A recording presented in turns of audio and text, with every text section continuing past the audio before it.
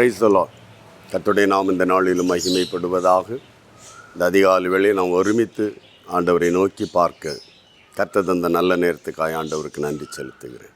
இந்த நாளிலும் உங்களுக்கு முன்பாக சங்கீதங்களின் புஸ்தகம் 41ஆம் அதிகாரம் அதனுடைய 3வது வசனத்தை வாசிக்கிறேன். படுக்கையின் மேல் வியாதியாய் கிடக்கிற அவனை கர்த்தர் தாங்குவார்.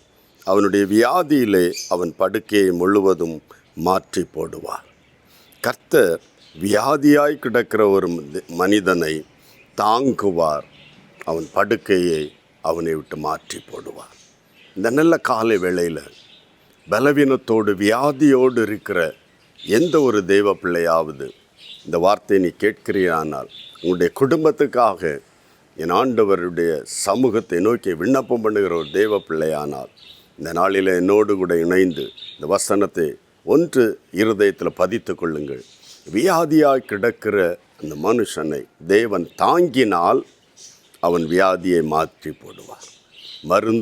மாத்திரைகள், மருத்துவம், அன்பு, எல்லா பலவீன அந்த எடுத்த முயற்சிகளும் பலவீனத்தை நீக்க முடியாமல் இருக்கிறான். வியாதியை மாற்ற முடியாமல் இருக்கலாம். ஆனால் என் ஆண்டவர் தாங்கினால், ஒருவனை தாங்கினால் அவன் அந்த எந்த வியாதியாக இருந்தாலும், ஈவன் கேன்சராக இருந்தாலும் கூட அந்த படுக்கையை மாற்றி போடுவார். அதுதான் தேவனுடைய வார்த்தை. தேவன் தாங்குவார். தேவனை நோக்கி இந்த வார்த்தையை வைத்து செபிக்கலாம். ஆண்டவரே, என்னுடைய வியாதி படுக்கையில் என்னை தாங்கும். மருத்துவமனையிலிருந்து கூட நீ இந்த வார்த்தையை கேட்கலாம். ஆண்டவரே, என் படுக்கையை மாற்றி போட உம்மால் கூடும். மருத்துவத்தால் இயலாமல் போனாலும் என் தேவனே, உம்முடைய கரம் குறுகவில்லை. ஆண்டவரை நோக்கி பார்க்கலாமா? சிலுவையில் நீட்டின கரம் இன்றைக்கும் குறுகவில்லை. உனக்காக தாங்குகிற கரம். ஆண்டவரை நோக்கி பார்க்க. நம்முடைய படுக்கையை மாற்றுவார், வியாதியை மாற்றுவார், பலவீனத்தை மாற்றுவார். என்னோடு இணைந்து இந்த வார்த்தை விசுவாசித்தவர்களாய் ஜெபிக்கலாம்.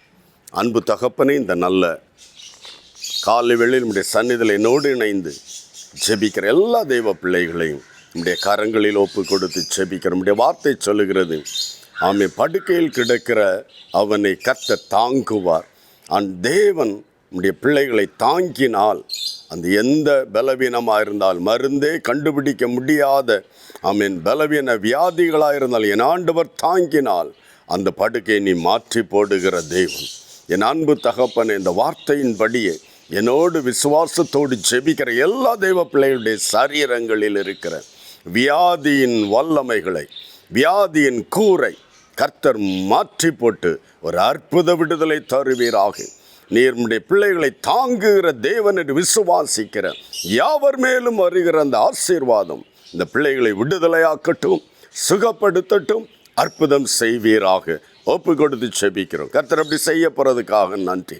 இயேசு கிறிஸ்துவின் நாமத்தில் பிதாவே, ஆமேன், ஆமேன். கர்த்தர் உங்களை தாங்குவார், வியாதி படுக்கையை மாற்றுவார். God bless you. Praise the Lord.